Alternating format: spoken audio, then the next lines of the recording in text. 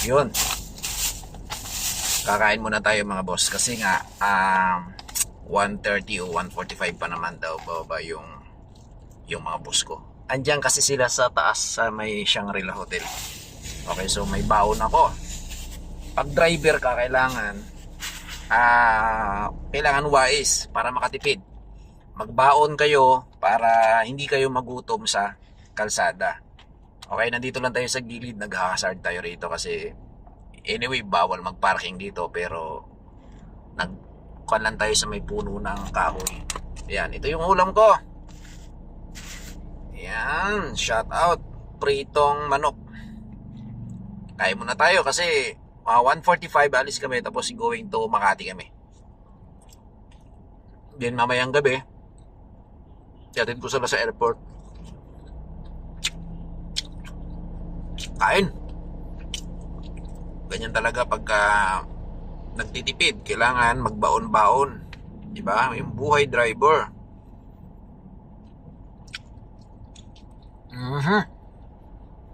Sarap.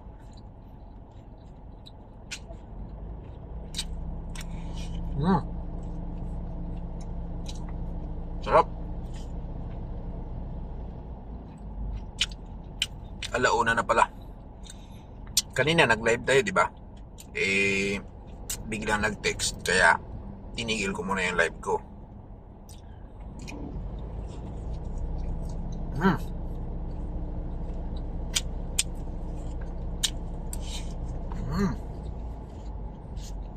Sarap.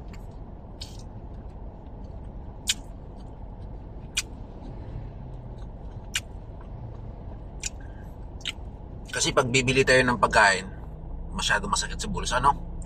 So, mahal kasi ang bilihin na ngayon, kaya kailangan tipid-tipid, magbaon. Shoutout nyo pala dun sa kwan.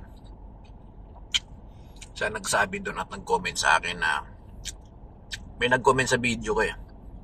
Umaasa lang daw ako sa gobyerno. Wala daw akong trabaho. Tapos, palamunin daw ako. Shoutout sa'yo, kaibigan.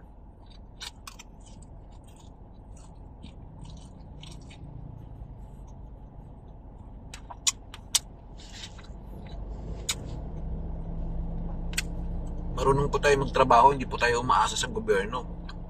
Hindi ako tulad sa iyo, baka mamaya ikaw ang naasa sa ayuda ng gobyerno.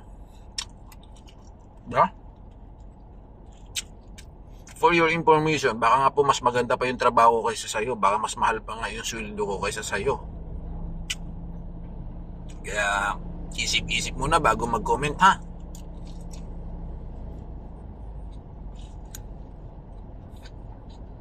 Baka i-flex ko yung comment mo, i-flex ko yung mukha mo. Kumpara mo sa sarili ko, yung sarili mo, baka hindi ka umubra. Thank you.